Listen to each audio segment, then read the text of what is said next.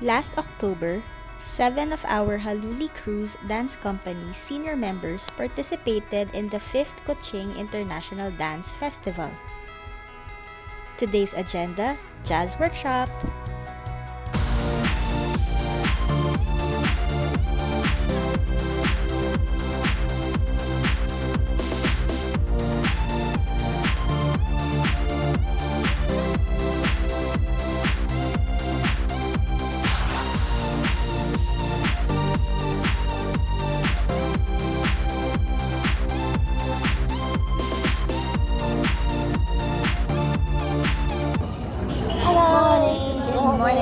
Breakfast.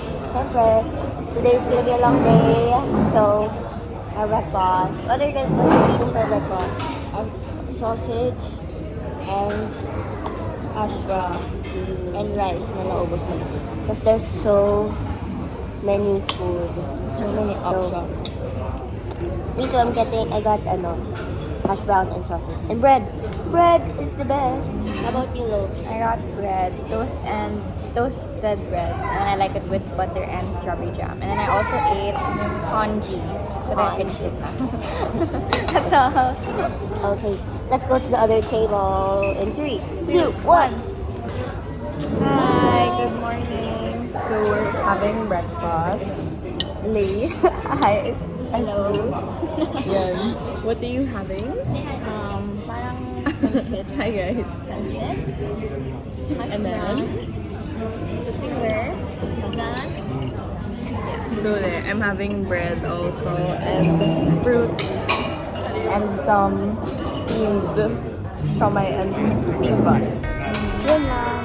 Yeah, we'll see you again later for the day 1 of workshop. Bye.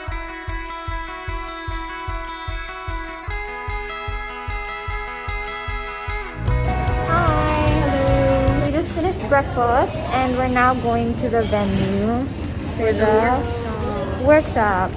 So today we will be having a jazz workshop led by teacher Leah.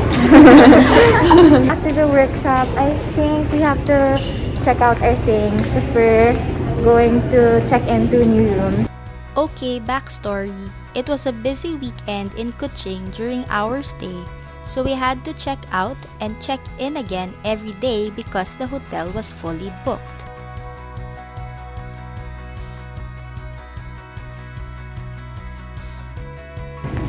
And then after that, we're gonna have a show and then a dinner with everyone. Hopefully at the beach if it doesn't rain. So there. Wish us luck for today's long day. Today's workshop will be conducted in one of the function rooms of the Waterfront Hotel. And there's the Plaza Merdeka Mall. We honestly thought that only the people during the welcome dinner would be the ones participating in the workshop. But we were so amazed and we got excited that a lot of people came. Good morning, everybody. Are you excited to dance? So we started our morning with some good cardio exercises, stretches, a couple of traveling combinations to get everyone in their jazz mood on. After that, Teacher Leah and Teacher Angela taught a short yet energetic choreo. Aside from the participants of the festival, students of the Dance Academy Kuching joined our workshop too. Even master guest artists joined as well, like Jay over here. There were about 60 plus participants who danced with us today. Teacher Leah divided the participants to groups. The room was filled with so much enthusiasm and support from each other. Surely, everyone was having a great time.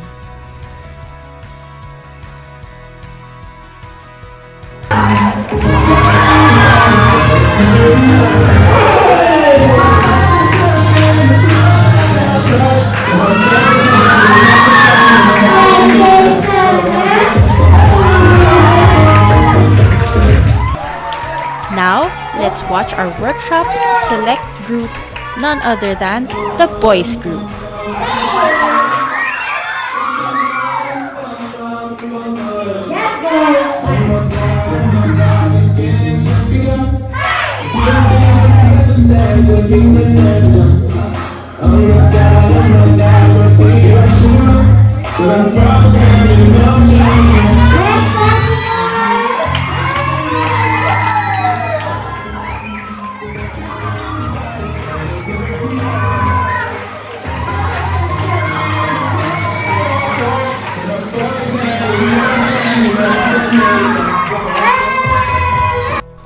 Of course, the workshop wouldn't be complete without Teacher Leah and Teacher Angela showing off their sassy moves to the participants.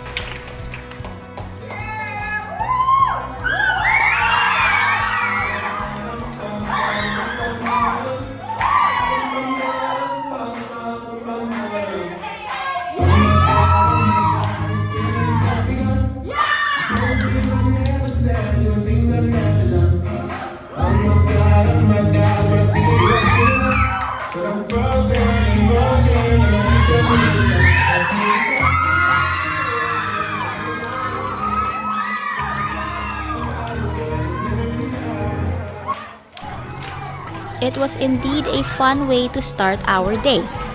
We loved and we missed experiences like this, learning and connecting through dance.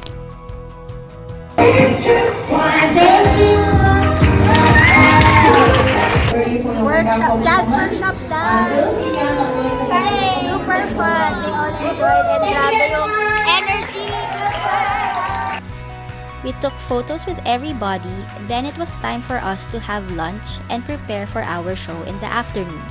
More of that on our next episode. Be kind, be grateful, do all things with love, and joy will find its way. Hashtag we aim to inspire.